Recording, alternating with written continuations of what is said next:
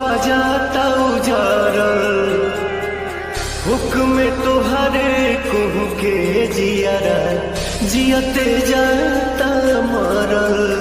अब हम का करें